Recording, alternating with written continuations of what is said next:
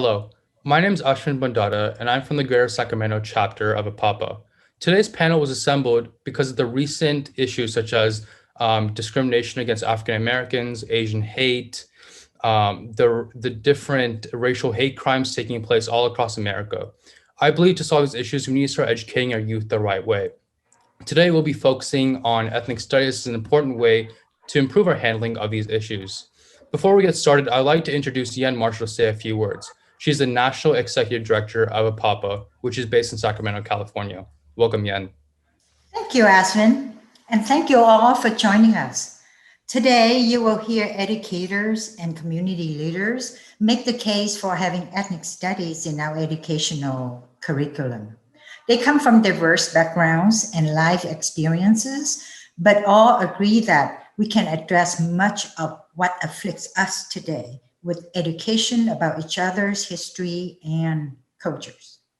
The Census Bureau expected that in 2050, minority will make up 54% of the country's population.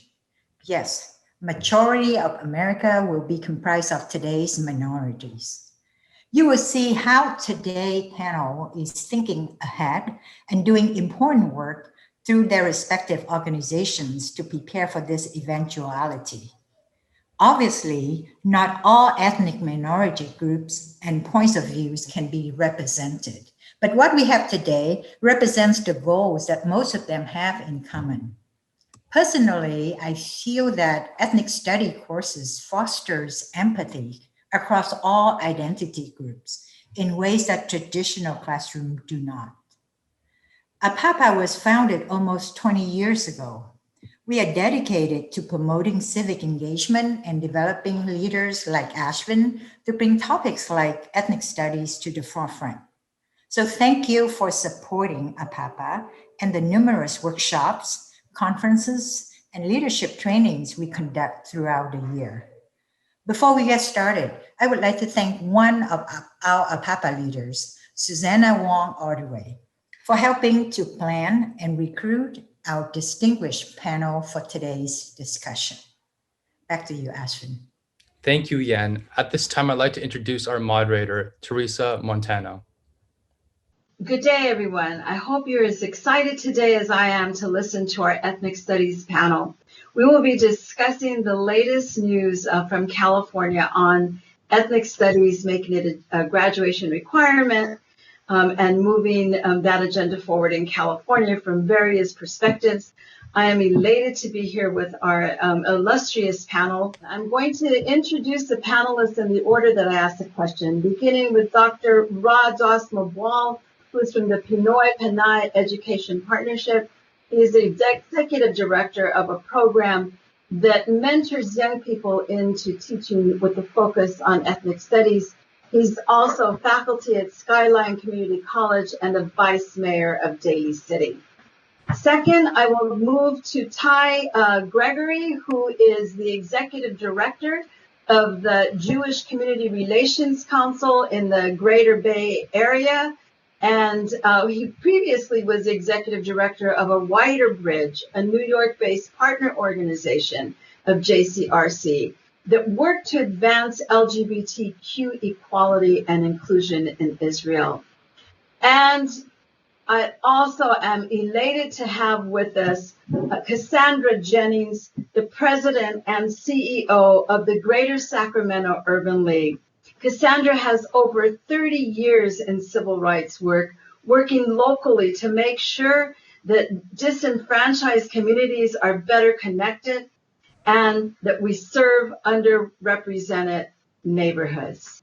I'd like to mention Ashley Gutierrez, who was not able to be with us today. We recorded her answers earlier, and we will be sharing them throughout the broadcast. Ashley Gutierrez is an educator in the Greater Bay Area. She teaches ethnic studies, and she's also a graduate student at San Francisco State University. Let's start with Dr. Rod. Rod, what is ethnic studies, and who benefits from ethnic studies? When we talk about ethnic studies, I think we have to give a historical context of where ethnic studies emerged. It emerged out of the civil rights era. the Vietnam War movement, anti-war movement, and the Black, Brown, Yellow, American Indian, and Women Power movements in the 1960s. And it was spearheaded by a Black student union at San Francisco State University to increase the numbers of Black students at SF State, which then gave rise to both Latino and Asian students going into San Francisco State University and created one of the longest fights for or protests in higher education. So when we talk about ethnic studies, it really revolves around this idea of the arc of ethnic studies, access to schools, this idea of also relevance, a relevant education for students of color, and not being able to see ourselves in the content or in the educator. And then ultimately, how do we use that education to improve our communities? So when we talk about ethnic studies, it is founded on the principles of self-determination, activism, service for our communities, and most importantly, to understand the various power structures that form and create systems of oppression. Okay, so when we talk about white supremacy, race and racism, sexism, homophobia, and looking at this interdisciplinary study to look at the power and systems of oppression, and how do we undo these systems of oppression so we can create an equitable living space that leads to freedom. Thank you. Thank you very much. Ty, I'm going to move on to you. And I'm going to ask you this very same question. What is ethnic studies, and who benefits from ethnic studies? Thanks for having me, Teresa. We all benefit from having ethnic studies. You know, I think that Rod did a great job of laying out the history, but let's put it in layman's terms. For hundreds of years, the textbooks and curricula and decisions about what get taught in the classroom came from the majority, not minority and marginalized communities.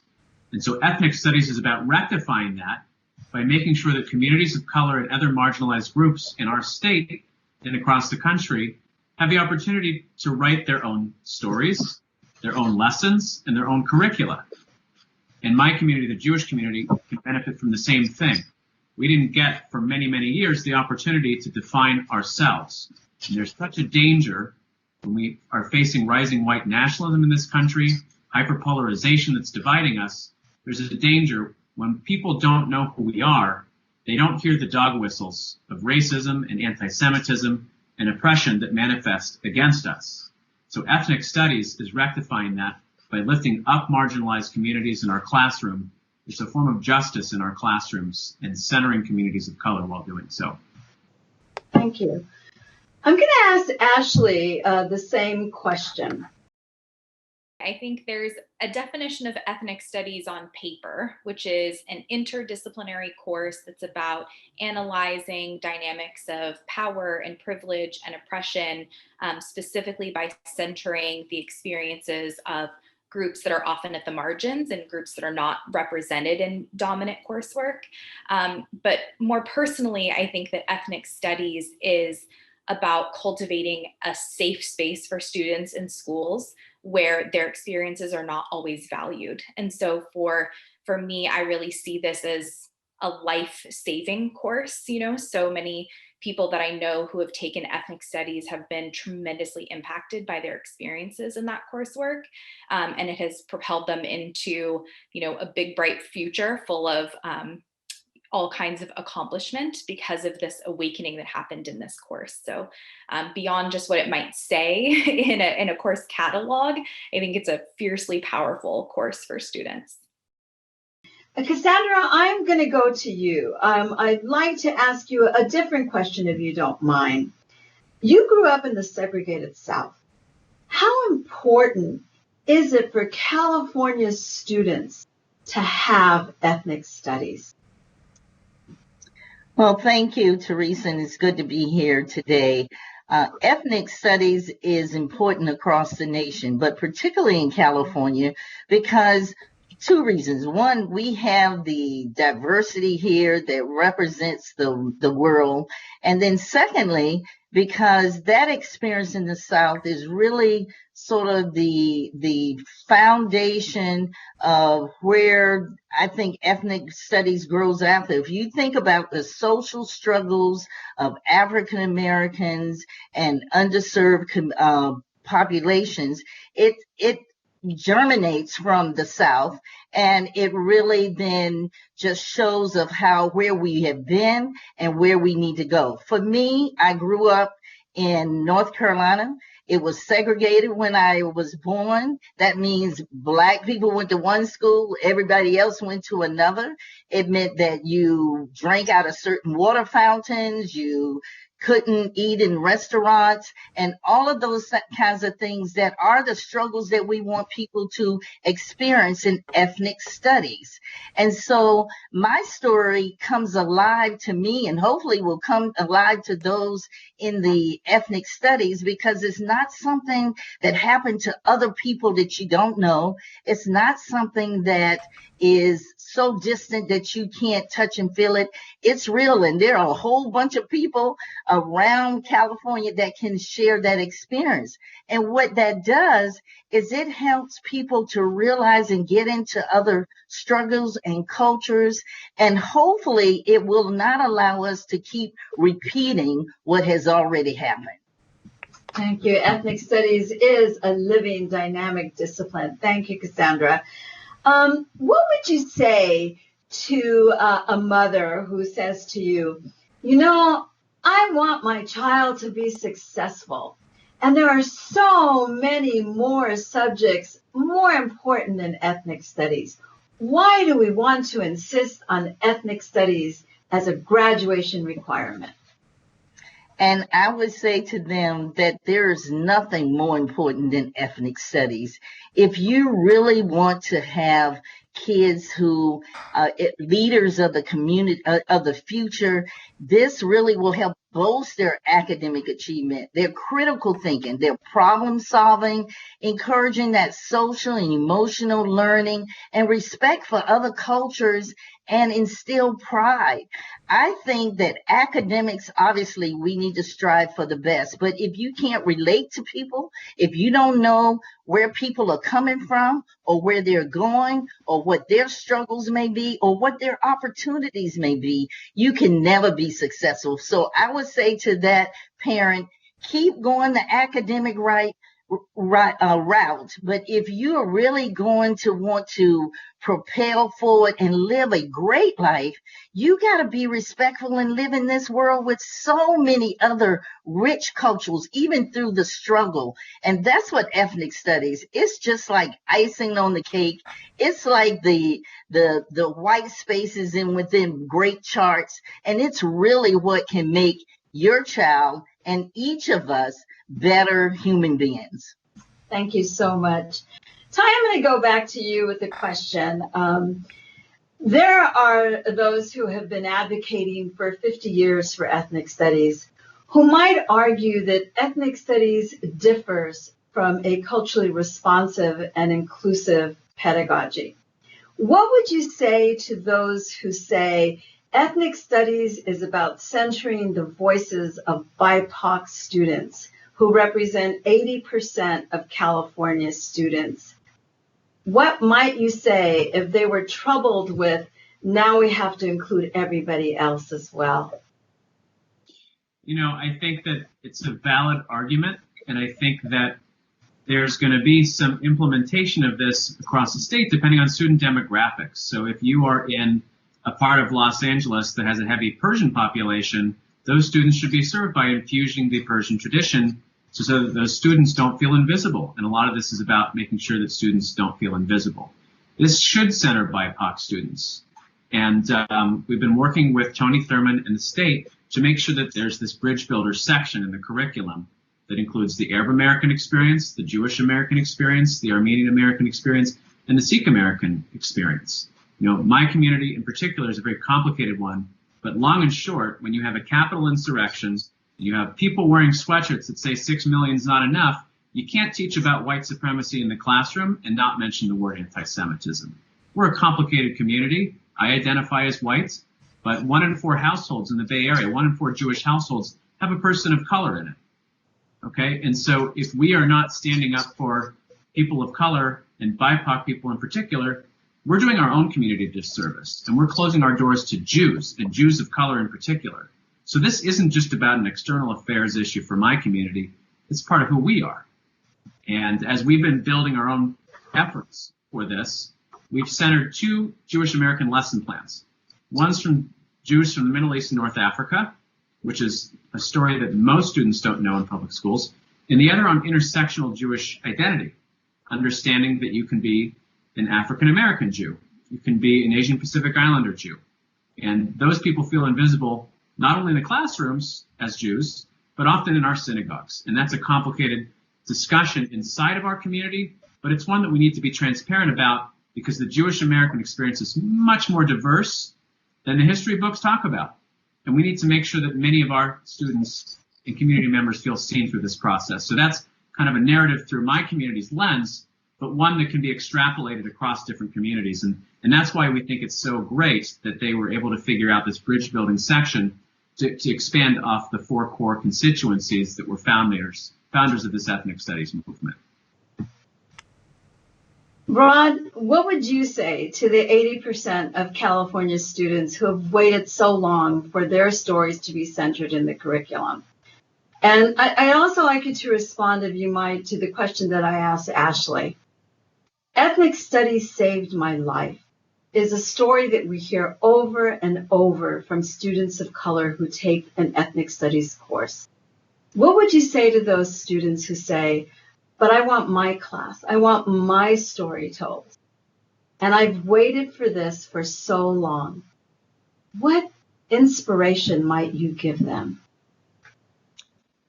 I think just reflecting on my own experiences, usually we fall in the traps of being and following your narrative. And for many, like Filipinos, we fall in the narrative of, oh, you're just going to be a nurse. And it is, you're able to deconstruct that story. But also at the same time, where did that story come from? What was the system that created the industry for nursing in the Philippines? And why is it that we only symbolize and put platforms for certain occupations? So when I think about ethnic studies and talking to the 80% of racially diverse communities in California, it's needed to talk about the systems of oppression, to understand white supremacy, to understand how race and racism is more than just a skin color, but it's a system that is oppressive to many individuals, and that we need to unearth these narratives and to look at why, the question of why. And that ethnic studies is radical, right? It's not this multicultural framework where it's like, all right, everybody, we're going to have lumpia today and pancit, and we're going to dance a cultural dance. It's more than aesthetic. It's more than just a performance. It's talking about our identities. And when we talk about the creation of education, who was it built for? Why was it built, right? And we have to question these things because there are certain narratives that are taught that is part of the hidden curriculum to only showcase and highlight and to understand certain experiences, identities, and it revolves around the whole idea of white supremacy. So when we talk about ownership in this country and what is American, it is drastically different. There's going to be a time when we're not going to be using the word minority anymore. I tell all my partners, it's people of color, it's BIPOC communities. And we need to understand what these systems have done to generations and what can we do in terms of understanding the hope to transform these systems. Because if this was created over 400 years, this is the first step to mine out the trauma of genocide, the trauma of racism, the trauma of sexism, homophobia, Islamophobia, right? And in order to advance our country, we have to identify what the problem is. And Teresa, if I could just add to that, I would hope that ethnic studies would begin to open up that conversation for that critical thinking, for that sharing, because if we're going to change the systems, we have to understand it and talk about it. And in California, with Proposition 209, we have been denied and said that it's not important to talk about race. It's not important to really celebrate our differences, our journey, as well as all the commonalities. And this ethnic studies will really just produce more global sort of citizens that I think that will then be a game changer for education and for opportunities in our communities. What would you say, and any one of you can feel free to answer this, what would you say to those who say, but that's indoctrination? Let me read you something that's in the introduction section of the fourth and final draft that's going to the state board. It says, teachers should trust students' intellect and teach them to think critically, understand different and competing perspectives and narratives, and encourage them to form their own opinions. And so there is criticism of ethnic studies as a concept. There is criticism of this curriculum. But the reality is students are encouraged to come and think and build their own conclusions from these courses. This is not indoctrination. And anyone that is attempting to deny this from being put into our classrooms is the one that's actually trying to indoctrinate by rejecting ethnic studies as a course. So we need to push back on this, and we need to point to the facts in the curriculum. And those that are worried about this ideological indoctrination, that does not stack up to the facts. We have a very diverse state, and there are a lot of different ethnic groups and advocacy organizations that have gone through this process. And so for anyone to expect it is purely going to reflect one point of view or one community's needs, that's just not the truth. But we need to lift this up, we need to move this forward, and we need ethnic studies now. So one more question on the model curriculum, and then I want to move on to the movement to make ethnic studies a graduation requirement. And I'll start with Ty and then go to Rod. So as you know, there are many people who are criticizing this latest iteration of the model curriculum. And many of those voices come from communities of color who feel that there is a vast difference between a multicultural curriculum that does center diverse voices and multiple perspectives. And there is ethnic studies that is not necessarily a multiple perspective, but an opportunity to center the voices and experiences of people of color. And that some folks have been intruding on ethnic studies and taking the edge off of the stories of BIPOC communities. How might you answer to those folks, and not the folks who are arguing about the indoctrination, but those who are saying you're moving this curriculum further and further away from its original purpose? And then I'm going to go to Rod and ask the same question. And then Cassandra, if you want to respond to that, I'll ask that question of you, or I have a whole new one for you. Yeah. Look, this curriculum is structured so that the four core communities each have their own section of the curriculum, and then there's a bridge builders section, as I mentioned earlier. So that's a grand compromise solution. You know, there's a lot of different issues with this curriculum. There's a lot of nuances. You know, when it comes to my community, certainly Israeli-Palestinian conflict is a source of great tension. And I think that they've done a pretty good job navigating how to make sure that this is a domestic discipline, a discipline about the experiences of American communities.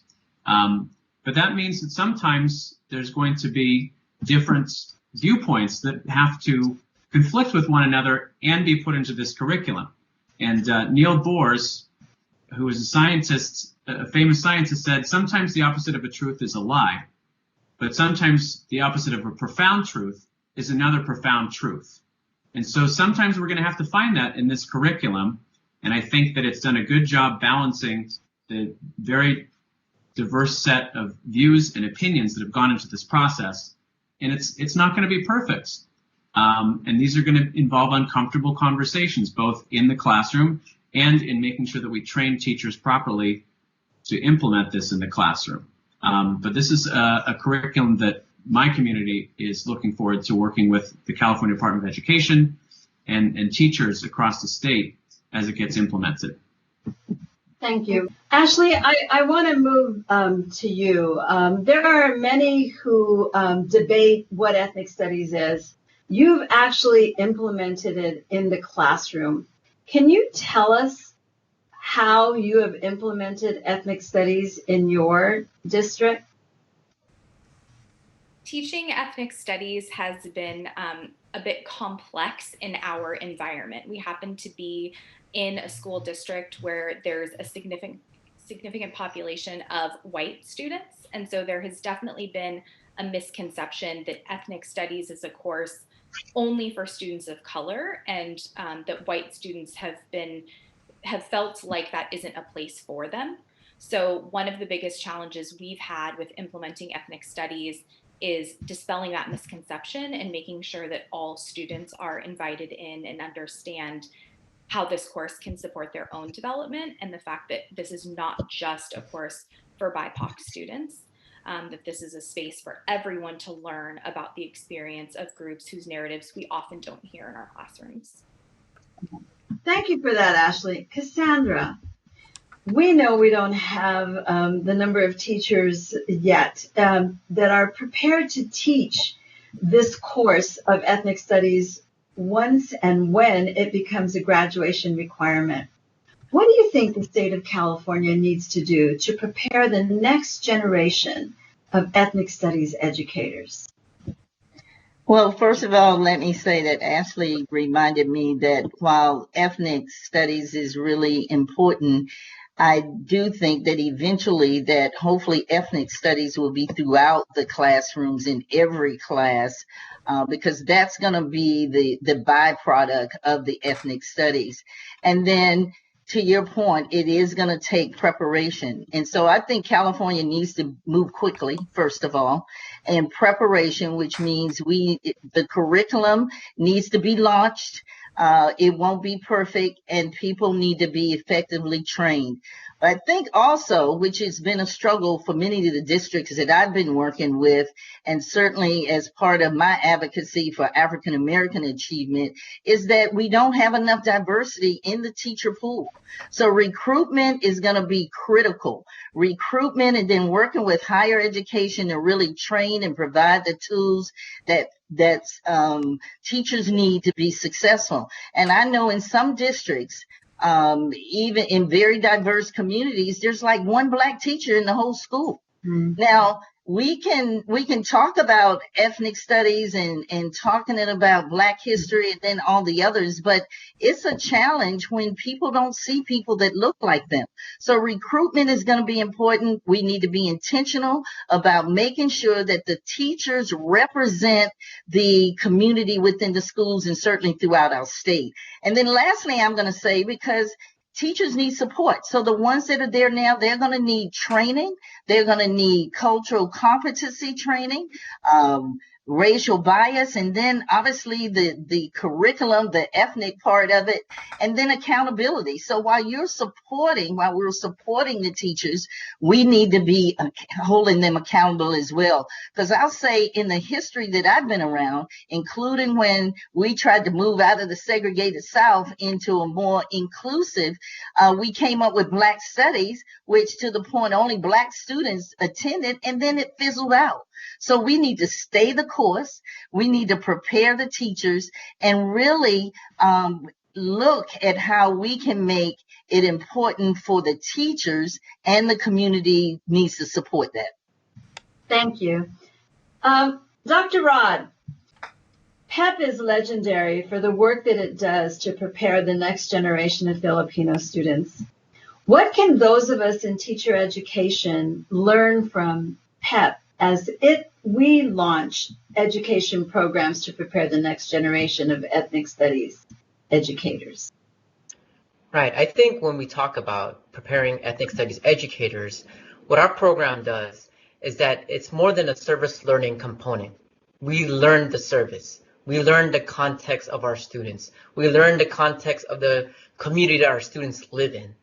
Because I think when we really uncover and understand where they're coming from, that we have, it becomes personal. It becomes very connected, and that the work that you do has a larger purpose besides just teaching the content, but what type of legacies or legaseeds that you want to plant and organically grow, so that our communities that just not only just will reflect us, but we become part of the power structure, and we could change that.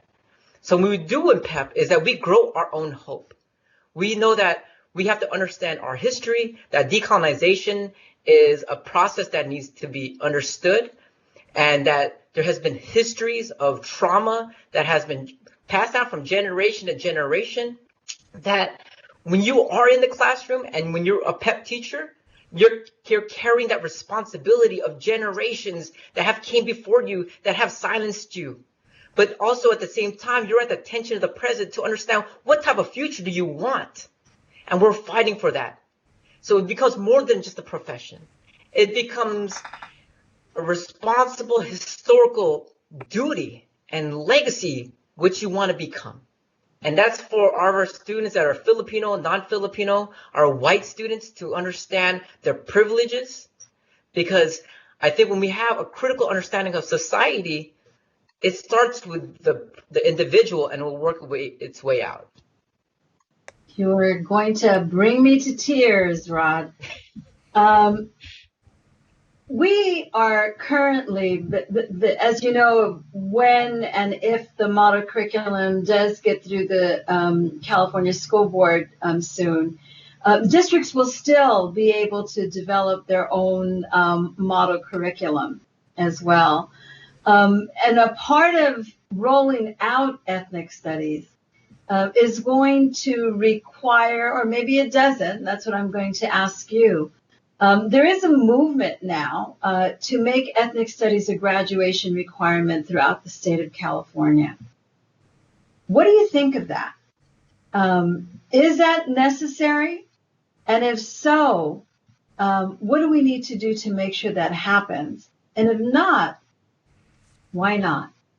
And I will start with Cassandra, and then ask Ty the same question, and then go to Dr. Rod. I think it should be a requirement because we pay attention to what we measure. And if it's not measurable, it becomes maybe we will, maybe we won't, and then it won't happen. History tells me that if we casually talk about something, then it will be casually done and it will be forgotten real quick. As a requirement, we are saying it's important. It's important to our community. It's important for our citizens. It's important for our future. So I think it should be required, and that and we can grow it. And it's what we need for the education today that's going to produce good citizens. And you know, the world is changing. The way we communicate is changing. The way that we live. We have so much expansive than we did years and years ago. And we shouldn't be doing the same thing we've been doing over and over and expecting different results. So now's the opportunity, and we should require it. And I think great things will come out of it. Ty? You know, I think it will become mandatory and it will spread across the country. And we're working with partners in at least 12 states right now to educate our community about what ethnic studies is. Because I think, you know, see the question you asked me earlier, the Jewish community is newer to the construct of ethnic studies. We weren't part of the founding movement for this to become a university and now high school course.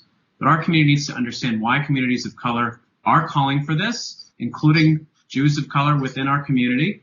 And we need to give our community the tools and the language to understand how to navigate the fact that our whiteness, many of our whiteness, does not erase the anti-Semitism that we experience, and that we need to understand how to live in that complexity. That's a very difficult conversation for us to have. You know, as the descendant of Holocaust survivors, that's a very difficult conversation for us to have. But we have to get there, and I'm determined through my organization and by working with our partners to help Jewish organizations and community members across the country understand the value of ethnic studies. We want to be on the right side of history, and ethnic studies presents that value for our country. Dr. Rod. I kind of see it as almost a double-edged sword almost. Like I see the whole thing about like I would love have everybody take ethnic studies and have the requirement and to graduate experience ethnic studies. But also at the same time, I think ethnic studies needs the care, the home, and the sacredness of what ethnic studies is about.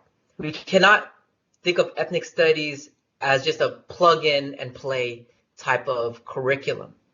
Because I think when we talk about, if you're going to talk about our histories, then we want to have teachers, we need to have an ecosystem that supports that. And it's my hope that we get there. But we gotta be able to have the systems in place to provide what ethnic studies is about. I would love to have ethnic studies to be world history or in American history. And it should be. Make it related to sciences. Right? That's my hope. That's my future of understanding how ethnic studies is not just one rigid field of study and scholarship, but how is it interrelated to all the different forms of thought that we put into learning in our education system. So for me, it's kind of a double-edged sword. I do not want to have a plug and play because are we going to have the care? Are we going to have the systems in place to really unravel the sacredness of what ethnic studies represents? What advice would you give principals and teachers who are about to embark on the development of an ethnic studies program in their district? Cassandra, I'm going to begin with you. Right. Well, in my work with K through 12, there were two issues, obviously about academics, and then the second about this sort of climate and culture of a school and of the district. And my advice to principals would be inclusive. Let's start with the ethnic studies that will allow people to see themselves, to experience it either through sharing or through learnings, and then grow from that and have critical thinking.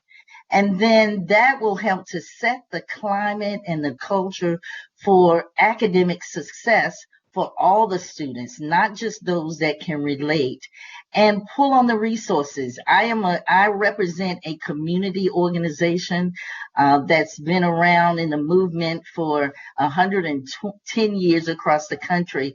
Involve your larger community to support you in these efforts for success, because we have experiences and resources that would help. And at the Urban League, our main goal then is to get people experienced and prepared and ready so they can be economic self-reliant and they can live in this global society and have professions that are wonderful. And it starts with K through 12. So, and the cultural sort of competency and experience is so important.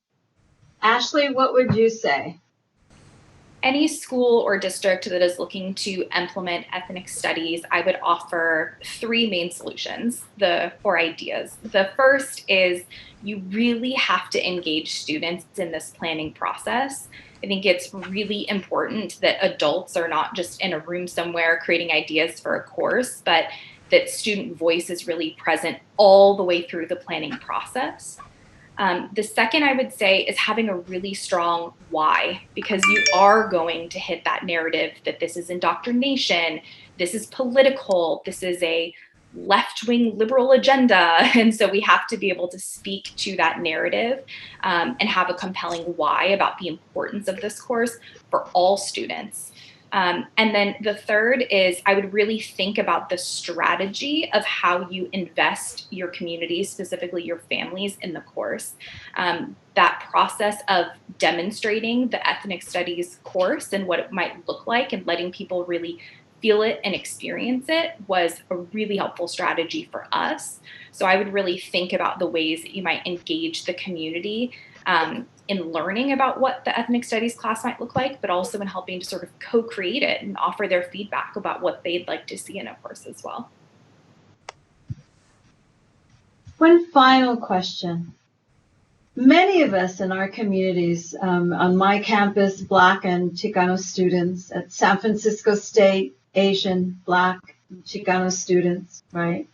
In Oakland, in LA, Black and Chicano students, 50 years ago, launched a movement to make sure that their voices and their stories and their histories would finally be included into the curriculum, into one course in their 12-year history, one teeny tiny course that centers the voices of Asian, Black, Chicano, Latino, and American Indian, who today are anticipating the day that that might finally happen.